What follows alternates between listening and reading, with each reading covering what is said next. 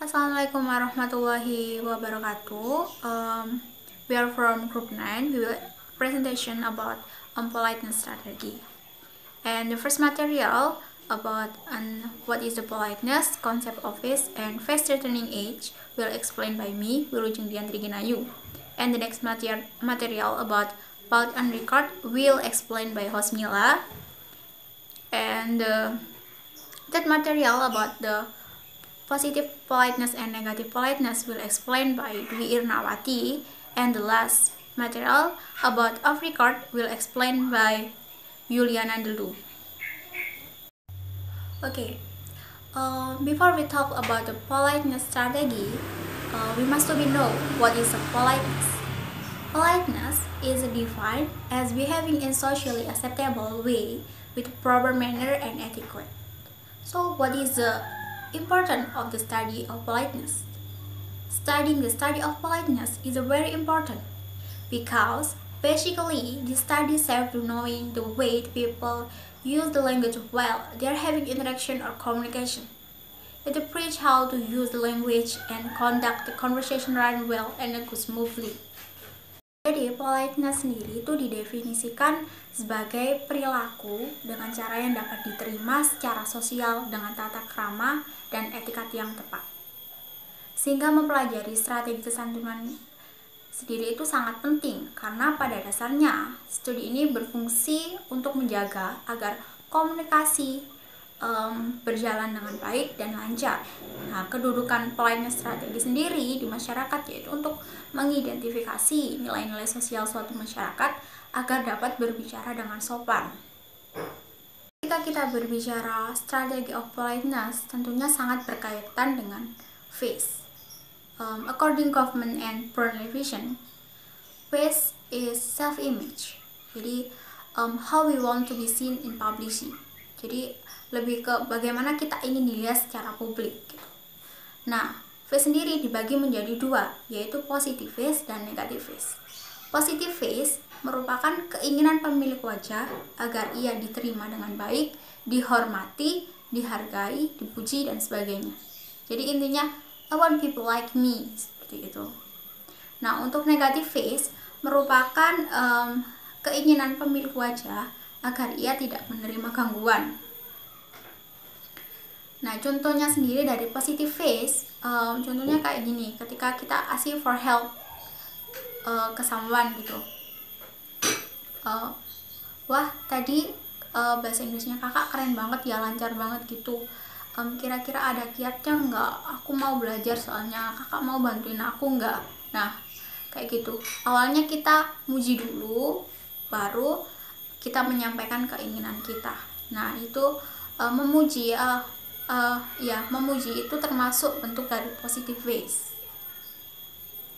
Nah, kemudian contoh dari negative face. Contohnya ketika kita mau konsultasi, biasanya kan kayak gini. Assalamualaikum Pak, saya Wilujeng Dian. Mohon maaf mengganggu waktunya. Saya mau konsultasi mengenai hasil diskusi kelompok kami. Kira-kira Bapak ada waktu luang kapan ya? Nah, kira-kira Bapak ada waktu luang kapan? Itu merupakan bentuk dari negative face. Jadi kita memberikan kebebasan Bapaknya untuk memilih waktu. Nah, seperti itu. Selain strategi politeness itu selain berkaitan dengan konsep of face, juga berkaitan dengan face threatening age yang merupakan ancaman wajah atau pelanggaran kesopanan. Face threatening age juga dibagi menjadi dua, yaitu face threatening age positif dan face threatening age negatif. Face threatening age positif itu ada ketidaksetujuan, kritik, mengeluh, menuduh, menghina, menyinggung, menyebutkan topik tabu, menyela, dan sebagainya. Nah, sedangkan di face threatening age negatif itu ada perintah, permintaan, saran, mengingatkan, mengancam, menawarkan, mengungkapkan kecemburuan, kebencian, dan kemarahan. Jadi contohnya untuk yang positive face itu contoh yang pertama saya mengambil dari ketidaksetujuan atau disagreement-nya. Nah, itu contohnya I don't agree with you. Saya tidak setuju dengan Anda. Nah, kalimat ini sudah melanggar kesopanan positifis karena dianggap tidak menghargai pendapat dari lawan bicara kita. Atau biasanya juga I don't think so. Menurutku tidak begitu, itu juga tidak sopan. Alangkah lebih baiknya jika kita with all due respect, I'm so sorry, I cannot agree to that. Nah, dengan segala hormat, saya mohon maaf, saya kurang setuju. Nah, itu lebih baik daripada I don't agree with you, kayak gitu. Untuk contoh yang kedua, saya mengambil dari bentuk ungkapan kritik. Nah, biasanya kan kalau di budaya kita itu kayak gini, ketika kita mengkritik masakan seseorang ini, kalau kasinan gitu ya, awakmu pengen rabi ta masakanmu asin tenan gitu kan, kalau di Jawa kan seperti itu. Nah, itu juga dianggap melanggar kesopanan positifis karena tidak menghargai masakannya ya, kayak gitu. Kalau di barat mungkin lebih kayak gini, it is too salty for my liking gitu, ini terlalu asin untuk selera saya, itu juga tidak sopan. Nah, alangkah baiknya jika ketika kita bilang don't get me wrong, I do like your cooking, it is just sometimes it is too salty for my liking. Jadi jangan salah paham, saya suka dengan masakan Anda, hanya saja terkadang masakannya terlalu asin untuk selera saya, seperti itu. Untuk contoh dari pelanggaran ancaman wajah negatif sendiri, saya mengambil contoh dari yang pertama, bentuk perintah. Jadi contohnya kayak close the door, atau kalau dalam bahasa Jawa tutupan lawangi, kayak gitu.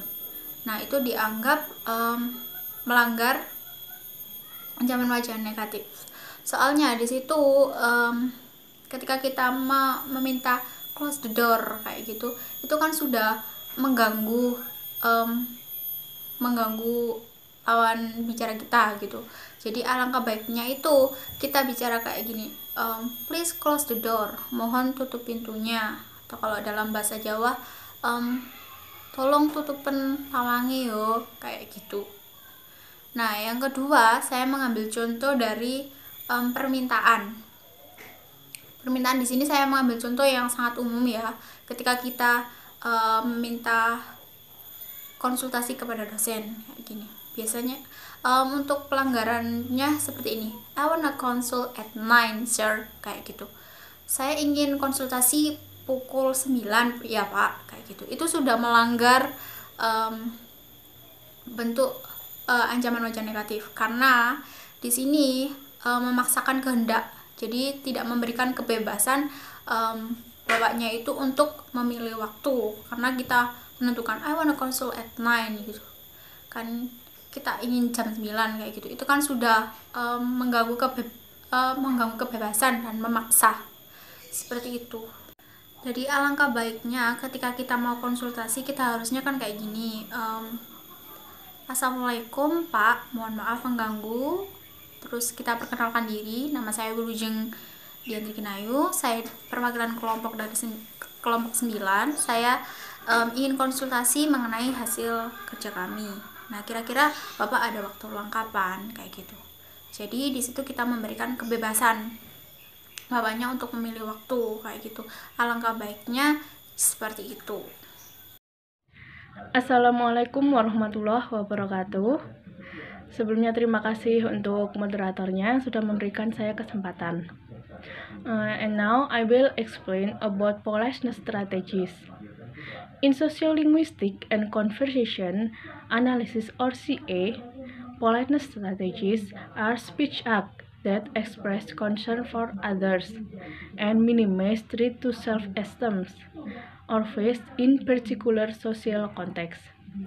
Jadi, di dalam sosiolinguistik dan conversation analysis, politeness strategi itu merupakan tindak tutur untuk mengungkapkan kepedulian terhadap orang lain dan untuk meminimalisir ancaman terhadap harga diri atau wajah, dan bisa dibilang dengan face threatening act di dalam konteks sosial tertentu.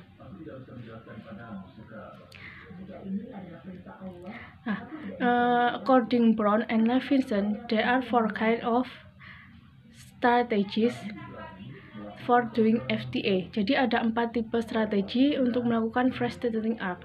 The first is positive politeness strategies.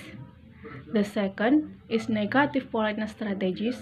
The third is part on record, and the fourth is off record or indirect. Okay, next I want to explain for you all about the part on record. The part on record strategy does nothing to minimize threat to the hearer space, quietly without regard to the face of listener, usually in a subordinate-supervisor relationship. Jadi di sini tuh board on record merupakan strategi yang tidak memiliki usaha atau tidak punya usaha sama sekali untuk melakukan kesopanan, dan hal-hal semacam ini biasanya itu digunakan antara dosen dan mahasiswa atau guru ke murid, atau ibu ke anak, atau juga bos ke karyawan gitu. Contohnya kayak saya sebagai ibu misalkan, terus kemudian saya nyuruh ke anak saya, close the door, tutup pintunya. Atau dalam bahasa Madura di budaya saya itu bilang totoplah bengah. Itu kan sebenarnya kalimat perintah yang mana tidak menggunakan kata tolong gitu, atau bisa disebut direct, dan di sini itu dinamakan board on record. Kemudian untuk contohnya lagi ada open the window, buka jendelanya gitu. Ini kan tidak menggunakan kata tolong, padahal sebenarnya permohonan kayak kalimat perintah tapi tidak menggunakan kata tolong gitu. Mungkin itu aja penjelasan dari board on record. Selanjutnya akan dijelaskan oleh teman saya. Okay, now I will explain about positive politeness strategies. Positive politeness strategies seek to minimize the threat to the listener positive ways, which are used to make the listener feel good about themselves, their interests, and position. Jadi, positive politeness strategy itu digunakan untuk meminimalkan atau meminimalisir ancaman terhadap wajah positif pendengarnya, di mana hal ini digunakan untuk membuat pendengar itu merasa nyaman terhadap diri mereka sendiri, terhadap apa yang mereka inginkan dan apa yang mereka miliki. Nah, biasanya positive politeness strategy itu digunakan ketika si pendengar dan juga pembicara itu saling mengenal dengan baik, atau si pendengar itu ingin dipuji, ingin disanjung, atau ingin dihormati dan dihargai. And for the example, the first is attend to his interest, want, and need. Jadi kita harus melihat apa yang mereka inginkan, apa yang mereka butuhkan, atau apa yang mereka perlukan. Yang dimaksud di sini, kita harus melihat kondisi atau keadaan ketika kita ingin berbicara kepada orang tersebut. Contohnya misalnya, you look prettier with this dress. Where did you get it?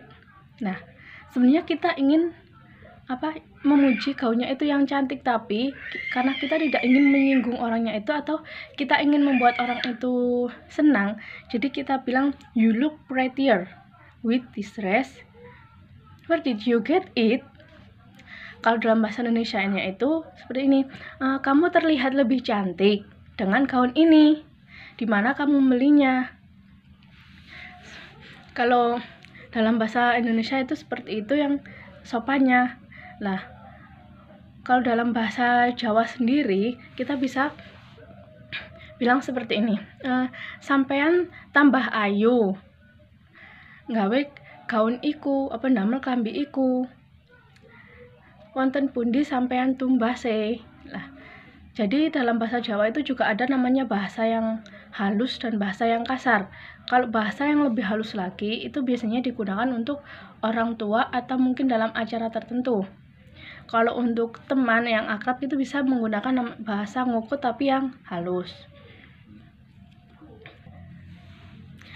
Nah, untuk contoh selanjutnya itu use solidarity in group identity marker. Yang dimaksud di sini use solidarity in group identity marker itu kita menggunakan kata yang akrab atau panggilan akrab kepada orang tersebut untuk lebih mengakrabkan diri kepada mereka,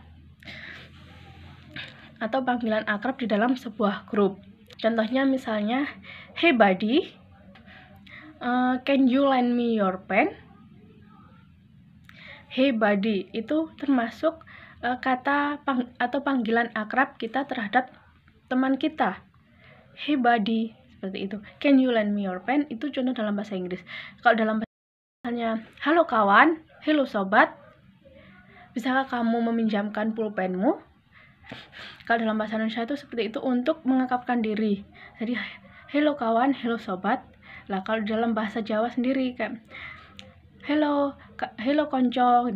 Kalau dalam bahasa kasarnya, hey arek-arek, opo aku iso nyelang pulpenmu? Kalau dalam bahasa Jawa yang lebih halus lagi, itu biasanya kita menggunakan nopo kula saged nyambut pulpenmu.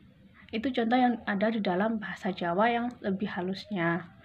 Jadi kita juga harus melihat kondisi. Kalau misalnya itu kita ngomongnya ke teman kita bisa menggunakan bahasa ngoko yang halus. Lah, kalau misalnya kita bicaranya kepada orang lebih tua, kita bisa menggunakan bahasa yang namanya bahasa krama inggil. Contoh selanjutnya yaitu offer or promise. Yang dimaksud di offer or promise ini merupakan kita menawarkan diri atau menawarkan bantuan terhadap mereka, atau kita bisa memberikan janji terhadap mereka. Nah, contohnya itu, if you wash the clothes, I will wash the plate. Nah, dalam kini kita menawarkan diri akan mencuci piringnya jika dia itu mau mencuci bajunya. Itu contoh dalam bahasa Inggris. Kalau dalam bahasa Indonesia ya tadi itu, jadi jika kamu mau mencuci baju, maka aku akan mencuci piringnya. Jadi kita menawarkan diri untuk membantu dia mencuci piring kalau dia mau mencuci bajunya. Nah, dalam bahasa Jawa juga sama seperti itu seperti ini, yen sampean purun ngumbah klambi, kula nggih purun ngumbah piringe. Itu kalau bahasa yang halus kalau di dalam bahasa Jawa. Nah, untuk positive politeness mungkin itu saja contoh yang saya berikan. Nanti kalian juga bisa mencari contoh yang lainnya. Intinya untuk positive politeness itu kita harus kita harus menjaga agar orang yang kita ajak berbicara itu tetap merasa senang, terus tidak merasa tersinggung terhadap apa yang akan kita bicarakan atau apa yang akan kita katakan. Okay, the next I will explain about negative politeness strategies. Negative politeness strategies are oriented toward the hearer's negativeness and emphasize avoidance of imposition on the hearers. Jadi, strategi kesopanan negatif itu berorientasi pada wajah negatif pendengarnya dan menekankan penghindaran pemaksaan pada pendengar. Nah, yang dimaksud dalam negatif kesopanan ini merupakan untuk meminimalisir ancaman terhadap wajah dari negativis. Jadi biasanya ini dilakukan dengan menggunakan kalimat apologize, please, and excuse me. Nah, yang dimaksud di sini itu seandainya kita menginginkan seseorang untuk melakukan sesuatu atau meminta sesuatu itu, sedangkan orang tersebut tidak ingin diganggu.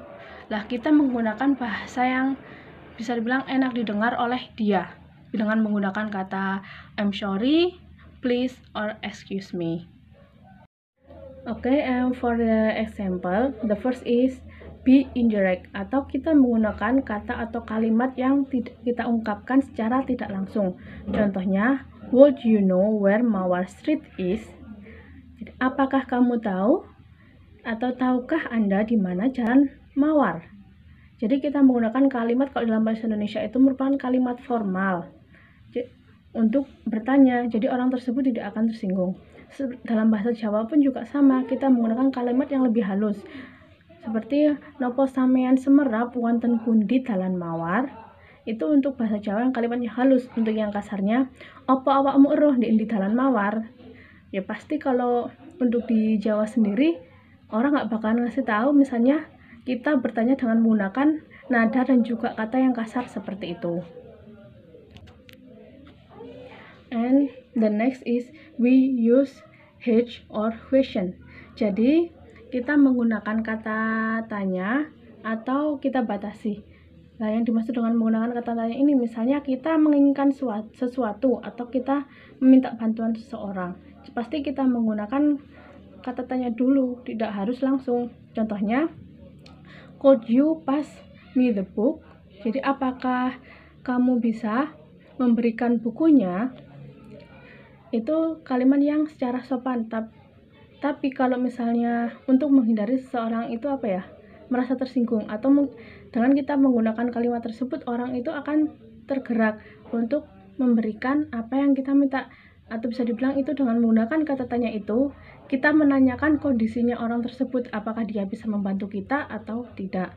Nah, menggunakan katanya seperti could you, would you, seperti itu. Untuk bahasa Indonesia juga sama. Jadi bisakah Anda mengambilkan bukunya? Jadi bisakah itu kita menanyakan keadaan mereka, apakah mereka bisa atau tidak. Nah, dalam bahasa Jawa pun juga sama. Nopo sampean saged menetakan bukune, itu dalam bahasa Jawa. Jadi nopo sampean saged, jadi apakah Anda bisa. Jadi kita bertanya dulu kepada mereka apakah mereka bisa atau tidak. And the next, nopo sampean saged menetakan bukune, itu dalam bahasa Jawa. Jadi nopo sampean saged, jadi apakah Anda bisa. Jadi kita bertanya dulu kepada mereka apakah mereka bisa atau tidak. And the next is apologetic or apologize. Jadi kita menggunakan kata permintaan maaf. Itu seperti kata I'm sorry atau kata permisi, excuse me. Jika kita ingin meminta bantuan kepada seseorang, namun orang itu sebenarnya tidak ingin diganggu. Nah, seperti contohnya, I'm sorry to bother you. However, can you lend me your computer? Nah, kita mengatakan maaf, I'm sorry to bother you. Maaf, saya sudah mengganggu Anda. However, namun, can you lend me your computer? Bisakah Anda meminjamkan komputer Anda? Lah, kita ingin meminjam komputernya. Namun, kita menggunakan kata, maaf dulu, sudah mengganggu. Apakah kamu bisa meminjamkan komputer kamu? Seperti itu. Lah, tapi kalau misalnya menggunakan kalimat yang langsung, itu bisa dibilang gini kita, aku mau minjam komputermu. Jadi kita tidak tanya dulu keadaan dia atau kondisinya dia, dan kita tidak menggunakan kata apologies. I'm sorry to bother you, atau saya minta maaf sudah mengganggu Anda. Namun apakah saya boleh meminjam komputer Anda? Atau apakah saya bisa meminjam komputer Anda? Dalam bahasa Jawa pun juga sama. Ngapunten, sampun ganggu jenengan, atau nyuwun sewu, sampun ganggu sampean. Jadi kita meminta maaf. Dalam bahasa Jawa itu ada dua. Yang pertama itu nyuwun sewu dan juga ngapunten, itu untuk permintaan maafnya juga. Untuk negatif politeness mungkin itu yang dapat saya sampaikan. Jadi intinya kalau negatif politeness itu kita menginginkan sesuatu atau ingin meminta tolong sesuatu, tapi sedangkan orang yang kita ingin minta tolong itu dia sebenarnya tidak ingin diganggu, tapi kita menggunakan kata atau kalimat yang secara tidak langsung meminta tolong kepada mereka, atau kita menggunakan kalimat permintaan maaf dulu. Mungkin itu saja yang saya sampaikan. Saya kembalikan ke moderator. Terima kasih untuk waktunya. Sebelumnya, terima kasih untuk material sudah memberikan saya kesempatan untuk presentasi. Dan sekarang saya akan menjelaskan tentang oppressor atau indirect. Oppressor or indirect is action to office-based returning action directly by stating something. Jadi oppressor or indirect merupakan tindakan untuk menghindari rekening wajah atau aksi yang dilakukan secara tidak langsung untuk menghindari pelanggaran ancaman wajah dengan menggunakan kata yang tepat untuk menggunakan hal-hal yang lainnya. Seperti contohnya, yang pertama itu give hints, merupakan kita hanya memberikan keluh kepada seseorang. Contohnya misalnya sedang bersama teman kita terus, udara di sekitar situ sangat panas, it's a bit cold in here. Secara tidak langsung di sini itu sangat panas. Seandainya di sini ada udara yang masuk, mungkin akan enak. Kalau bahasa Indonesia, wah di sini panas ya. Mungkin kalau ada angin yang masuk enak. Secara tidak langsung itu menyindir teman untuk membuka jendelanya. Yang kedua, be vague, menyampaikan banyak orang secara tidak langsung. Perhaps someone should open the window. Jadi mungkin seseorang ada yang mau membuka jendela, misalnya di sini sangat panas sekali ya. Mungkin seseorang ada yang mau membuka jendela atau ada seseorang buka jendela. Selanjutnya be sarcastic. It's really hot here. Di sini sangat panas. Di dalam bahasa Indonesia ini, di sini sangat panas. Kalau ada AC mungkin enak, atau kalau ada kipas angin mungkin enak. Jadi menuntun untuk menyalakan kipas angin. Itu saja penjelasan saya. Terima kasih.